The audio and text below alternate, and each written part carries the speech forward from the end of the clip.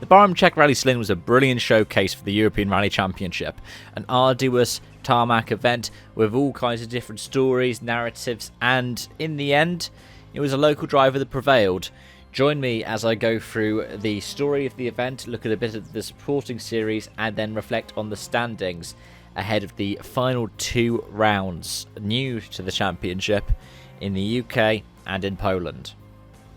The story of the event was tyre wars. The tyres are the big talking point of the event. The first person to suffer was John Armstrong, who ran out of spares on stage 4 with a double left puncher.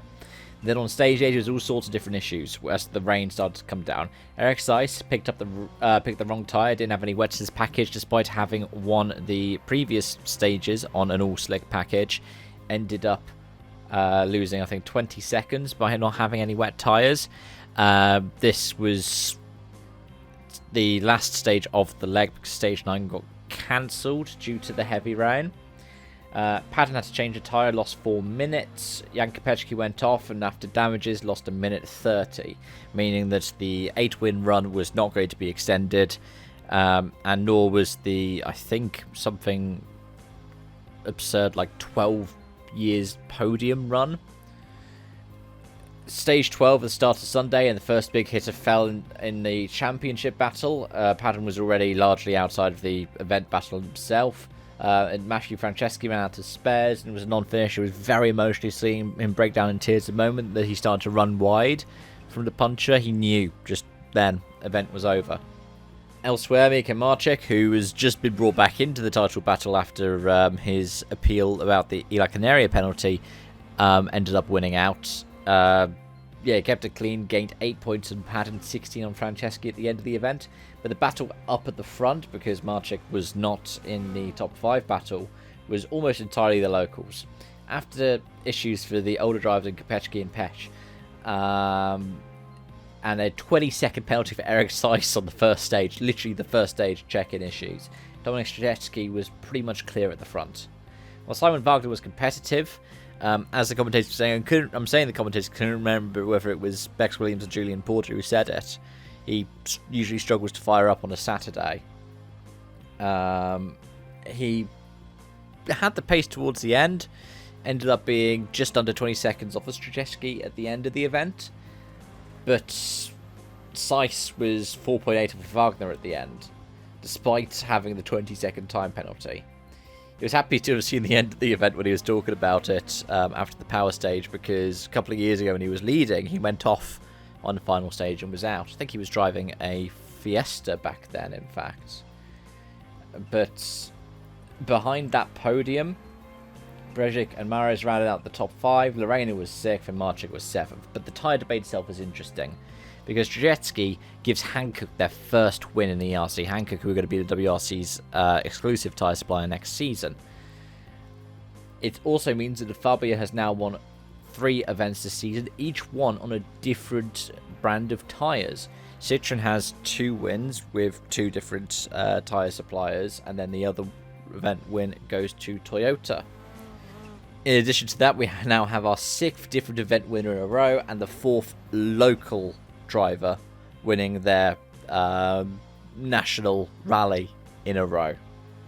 But the tyre debate itself was interesting because outside of the battle for the wets and the dries and swapping compounds, John Armstrong, when he came back today, was running wets on the back and dries on the front, so he said it was a lot more drifty. You had some drivers who had dries that were Michelins and wets that were Pirellis, and so they were mixing compounds and mixing brands, which sounds utterly fascinating. But anyways, outside of that, with the supporting series, the ERC3 saw Philip Cohn win by 1:31.4 from Karim Kazaz, and with only the Fiestas running at the end of the event in ERC3, Hubert Kowalczyk had been leading up to stage 7, but was out by stage 8, whilst Tomov in the other clear was out on stage 7. The Rally 3 trophy, therefore, had the same kind of results as the ERC3. That meant that Philip Cohn won the trophy because it was the last round of the Fiesta trophy here. And that gave him a free entry in the Central Europe Rally. I believe it was Cohn's first start. I think that's what they were saying in the broadcast. It was his first start. I think they were also saying that he's from Prague, which is where the ceremonial start for the CER is going to be happening in October. And in the ERC4, Herzig held off Polasek by 48.1 seconds. Bertalan was a further 32.3 behind, meaning the 2.8s locked out the podium. Lupu was the other ERC4 classified, but 30 minutes down. And the saddest story of the weekend happened to Katerina Stratieva, who had to withdraw from the event. I believe, because I follow her on Instagram, I think she said it was kidney failure. So as medical reasons, she had to withdraw. Best wishes to the 3-time ladies champion in the ERC for a speedy recovery. And it marks the second event in a row where, for medical reasons, we've seen somebody have to go to the hospital during the event. In terms of the standings, I think mathematically the top 21 are still in contention for the title. Hayden Paddon still leads despite not having won an event all year and having a best finish of 3rd. Franceschi's still 2nd, but the gap's down to 10 points over Miko Marchek. It's 95, 82 and 72, with 70 points still on offer. Because, well, 70 points technically is the maximum still on offer. I think that Hayden Paddon, if he wins the title, will not surpass the tally that he had last season, which means that I get another prediction ticked off my predictions list. But feasibly, it's pretty much now or never for anybody else. Tempestini could show up and win the last 2 events and potentially, if results went his way, win the title. But it would require Hayden Paddon to not gain 25 points from the final 2 rounds. Because of course it's the best 6 from your I think it's the best 6, might be the best 7 they count towards it.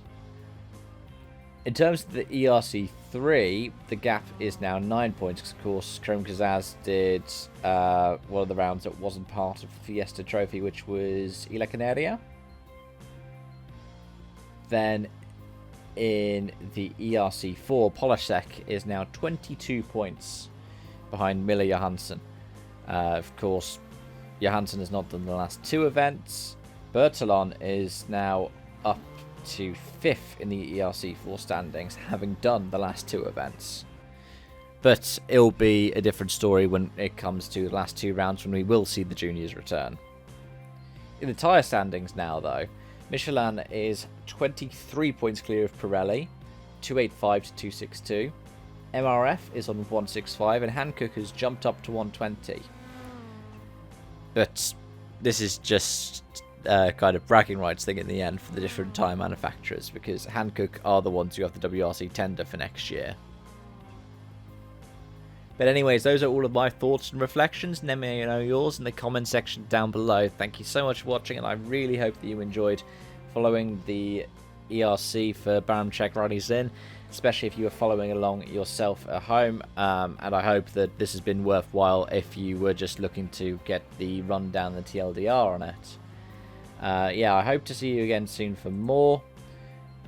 Tomorrow we'll be doing the review for NASCAR at Michigan, and then on Wednesday you get the review for the World RX at Metit, which was running alongside the ERC. Bye for now.